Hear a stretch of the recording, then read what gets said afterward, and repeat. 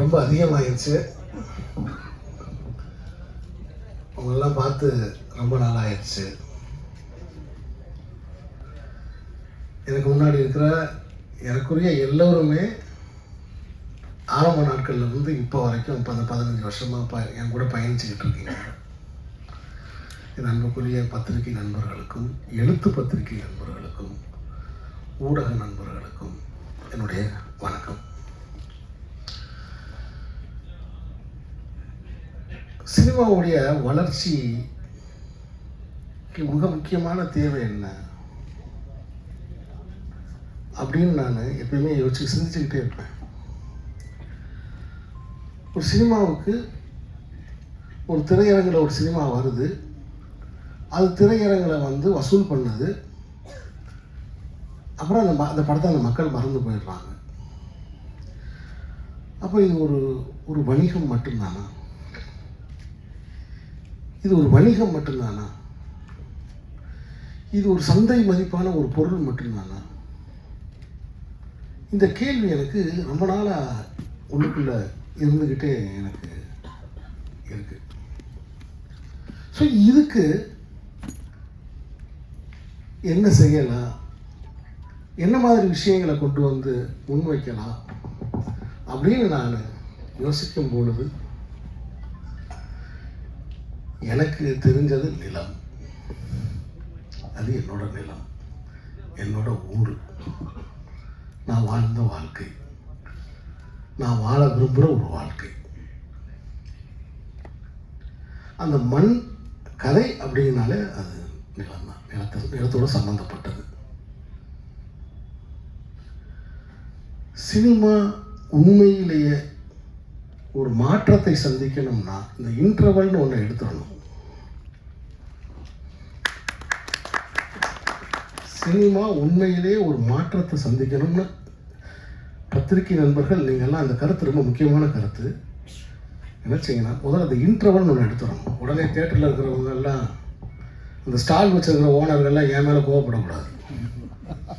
Popcorn வாங்குறவே எந்த சூழ்நிலையும் வாங்கித்தான் சாப்பிடுவான். இன்டர்வல் விட்டாதான் சொல்லணும். அந்த காலத்தில் நாடகத்துறையிலிருந்து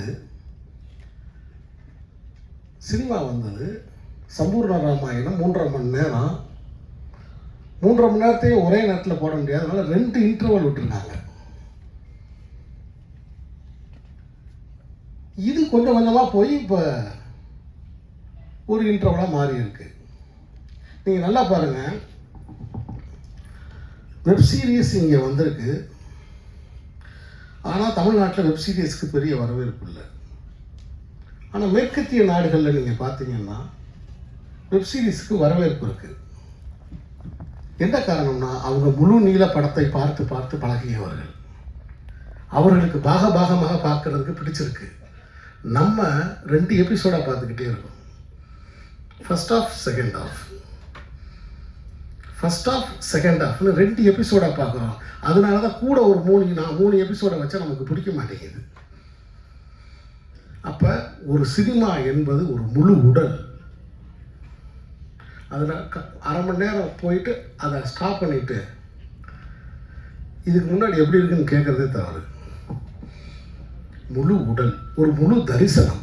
அப்படி ஒரு முழு தரிசனம் இந்த கோழிப்பண்ணை செல்லத்துறையில் கண்டிப்பாக கிடைக்கும்.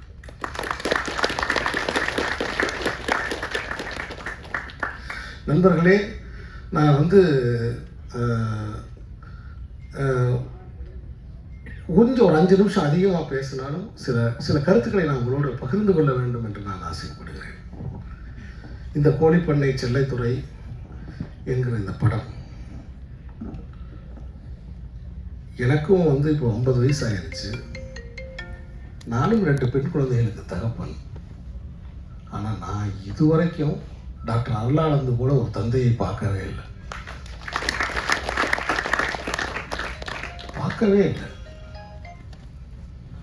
எனக்கு தெரிஞ்சு உதாரணம் சொல்றது கூட காவியத்தில் கூட ஆட்கள் இல்லை. மிகையா நான் சொல்லலை, காவியத்தில் கூட இவ்வளவு பாசமா, இவ்வளவு அன்பா, அதே சமயத்தில் ஒரு திட்டமிட்டு ஒரு தெளிவோட ஒரு காரியத்தை முன் நகர்த்தி போகிற ஒரு தந்தையை நான் இது வரைக்கும் நான் பார்க்கவே இல்லை. என்னை முதலில் அழைத்தது ஒரு தந்தை. ஒரு தந்தை தான் என்னை அழைச்சார். என்னுடைய நண்பர் ஒரு இயக்குனர் மூலமாக ஒரு தந்தை என்னை அழைத்தார். முதல்ல ஃபோனில் பேசிட்டே இருந்தார்.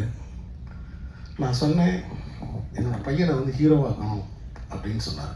இது பாருங்கள், இப்போ அவர் பேசும்போது தெரியுது, ஏகன் பேசும்போது தெரியுது, இது சின்ன வயசுலேருந்து இந்த கனவை ஊட்டி வளர்த்துருக்காரு.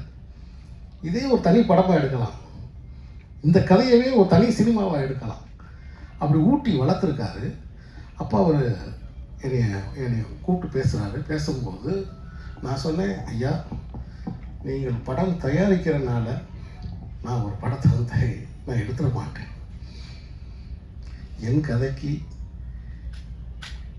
என் கதைக்கு தகுதியானவர்களா அப்படின்னு பரிசோதனை பண்ணிட்டு அதுக்கு சரியாக இருக்கும் பட்சத்தில் தான் நான் எடுப்பேன். ஏன்னா என் கையில் இருக்கிற ஒரே அஸ்திரம் அது ஒன்று தான்.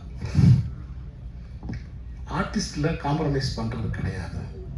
நண்பர்களே, ஒரு தந்தை தயாரிப்பாளர் அப்படின்றதுக்காக நான் இந்த படத்தை எடுக்கவே இல்லை.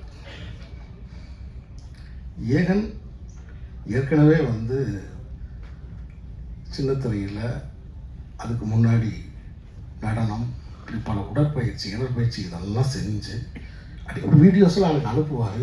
அதெல்லாம் நான் பார்த்து அந்த வசனங்கள் பேசுகிறது இது எல்லாத்தையும் பார்க்கும்போது ஒரு சினிமா வெறியன், ஒரு சினிமா காதலன், ஒரு சினிமாவுக்காக டெடிக்கேட்டாக இருக்கக்கூடிய ஒரு பையன்னு எனக்கு தெரிஞ்சிச்சு.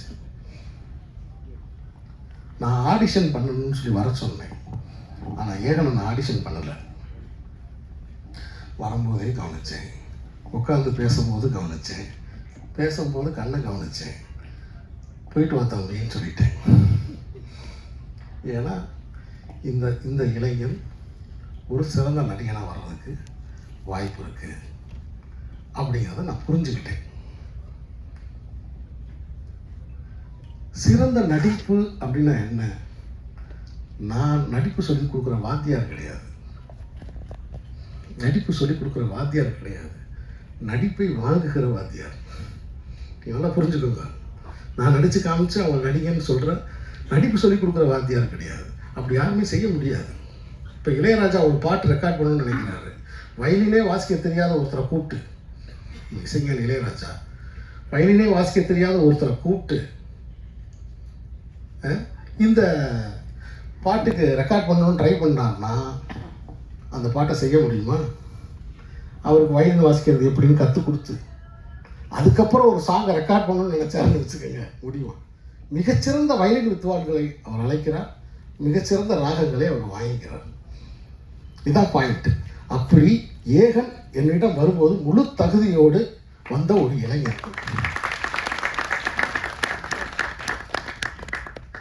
என்னுடைய வேலை என்னன்னா ரொம்ப சிம்பிளான வேலை தான். முதல்ல செட்டில் யாரையும் பதற வைக்க மாட்டேன். செட்டில் யாரையுமே நான் பதற வைக்க மாட்டேன். ரொம்ப கூலாக இருப்பேன். எனக்கு டென்ஷன் இருந்தாலும் அதை குறிப்பாக நடிகர்கள் மீது நான் காட்ட மாட்டேன். ஏகனை நான் திட்டதே இல்லைன்னு நினைக்கிறேன். ஒரு நாள் கூட நான் திட்டதில்லை. அதேமாதிரி யாரையுமே நான் திட்டவே மாட்டேன். முதல்ல கூலாக இருக்க விடுவேன். ஏன்னா நீங்கள் கயரை ஆட்டிக்கிட்டே இருந்தீங்கன்னா பறவைகள் அமைதியாக வந்து உட்காராது.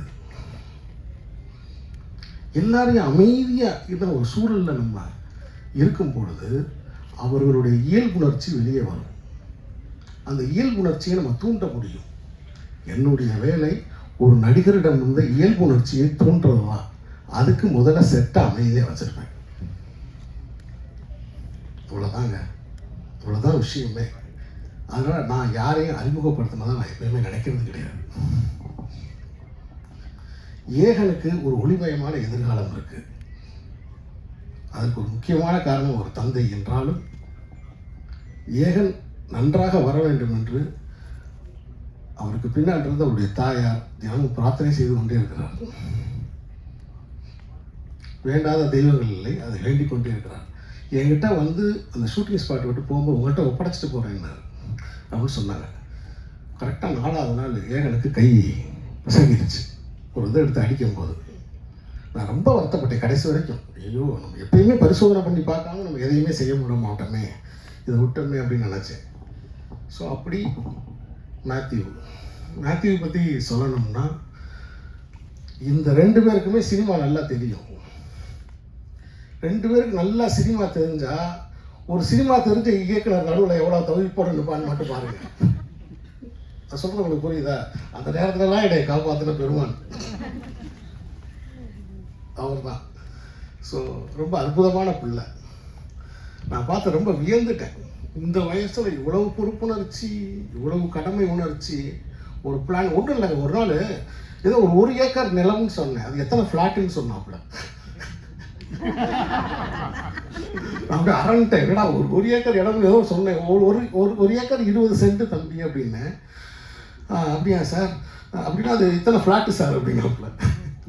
ஸோ அந்த அளவுக்கு அறிவு நுட்பம் எல்லாமே அவங்க தந்தை வந்து அந்த அளவுக்கு பிள்ளைகளை பிறருக்கு முன்னுதாரணமாக அவர் இருக்கார். இந்த நல்ல சந்தர்ப்பத்தில் நான் நிறைய எல்லா கலைஞர்களை பற்றி பேசுவோம். சத்யா பற்றி, சத்யா தேவி. நான் சத்யா தேவி இதுக்கு முன்னாடி நடித்த அந்த ஆடியோ லான்ச்சில் நான் பார்த்துருக்கேன், பட் எனக்கு ஞாபகம் இல்லை. நான் அந்த இன்ஸ்டாகிராம் பார்த்தேன். அந்த இன்ஸ்டாகிராமில் அபிநயம் பிடிச்சா ஒரு பொண்ணு ஆடிட்டே இருந்துச்சு. யாரா அது கருப்பாக இருக்கிற கேர் விஷயமாக இருக்குது, கூப்பிடுங்களா அப்படின்னு சொன்னேன். அதுக்கப்புறம் சங்கர் தம்பி தான் கூப்பிட்டு வந்தாப்புல. அப்படி தான் இருந்துச்சு. அதே மாதிரி எனக்கு வந்து என்னென்னா நம்ம அந்த ஊரோட மனத்தோடு இருக்கணும். ஏன்னா நான் வந்து என்னென்னா நிறைய படங்களில் கொண்டு போய் பெயிண்ட் அடித்து பிள்ளைகளை பூரா கலரை டல் பண்ணி வெயிலில் அலைய விட்டு ரொம்ப கஷ்டப்படுத்தியிருக்கின்ற இயல்பாகவே அழகாக வரணும் அப்படின்றதுக்காண்டி அப்படி நாங்கள் வந்து இந்த படத்தில் நான் செலக்ட் பண்ணேன். அதே மாதிரி குட்டி புலி, தினேஷ் ரொம்ப சிறப்பான நடிப்பு, நீங்கள் சிறப்பான நடிப்பு. அப்புறம் அப்படி நிறையா பேர், நவீன், உமா மேடம், இப்படி பவா செல்லத்துறை இந்த படத்தில் ரொம்ப சிறப்பாக நடிச்சிருக்காங்க. லியோ சிவகுமார், அப்படி நிறைய நடிகர்கள் இந்த படத்தில் தன்னோட பங்களிப்பை கொடுத்துருக்காங்க. குறிப்பிட்ட நேரத்தில், குறிப்பிட்ட காலத்தில் இந்த படம் பதியப்பட்டுருச்சு. இந்த கோழிப்பண்ணை செல்லைத்துறை அப்படிங்கிற படம் முக்கியமான ஒரு விஷயத்தை சொல்லுது. வாழ்க்கை என்னை கைவிட்டுருச்சு, இந்த வாழ்க்கை இல்லை, நான் தோற்று போயிட்டேன், இந்த வாழ்க்கையில் எனக்கு யாருமே இல்லை அப்படின்னு யாராவது நினைச்சீங்கன்னா அவங்களுக்கு இந்த படத்தில் ஒரு செய்தி இருக்கு. இந்த பிரபஞ்சம் எந்த ஒரு தனி மனிதனையும் கைவிடுவதில்லை.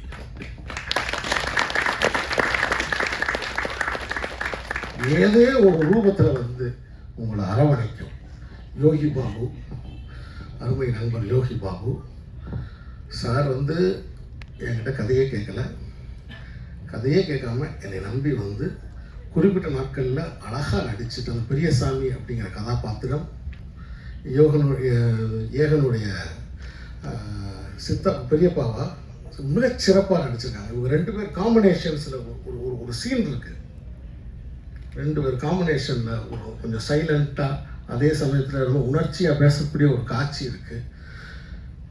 ரொம்ப பிரமாதமாக அந்த ஏகனோட பெர்ஃபார்மன்ஸ், ரொம்ப பிரமாதமான பெர்ஃபார்மன்ஸ். நீங்களாம் பார்த்து ஆச்சரியப்பட போகிறீங்க. இது புது நடிகனா, புது ஹீரோவா அப்படின்னு நீங்களாம் ஆச்சரியப்படுவீங்க. அப்படி சர்வதேச விருதுகளும் தேசிய விருதுகளும் ஏகனுக்கு காத்திருக்காங்க. படத்தில் இருக்கக்கூடிய எல்லா நடிகர்களும் இயல்பாக நடிக்கலைன்னா அந்த படம் வந்து இன்னைக்கு ஆக்லாண்டில் வந்து அமெரிக்காவில் அது செலக்ட் ஆகிருக்காது. 18ஆம் தேதி அந்த படம் அங்கே திரையிடுறாங்க. ஸோ அந்த படம் எடுத்த உடனே அமெரிக்காவில் திரையிடப்படுது.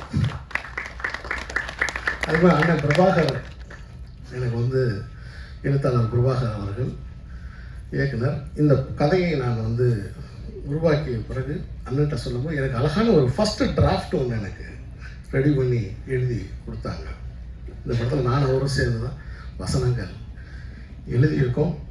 அப்படி பெரிய ஒரு உழைப்பு இந்த படத்தில் இருக்குது. இந்த விழாவுக்கு வந்து சிறப்பித்த மக்கள் செல்வன் விஜய் சேதுபதிக்கு என்னுடைய நன்றி.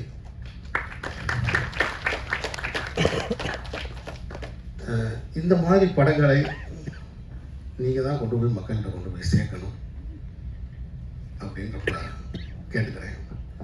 இந்த படத்தில் வந்து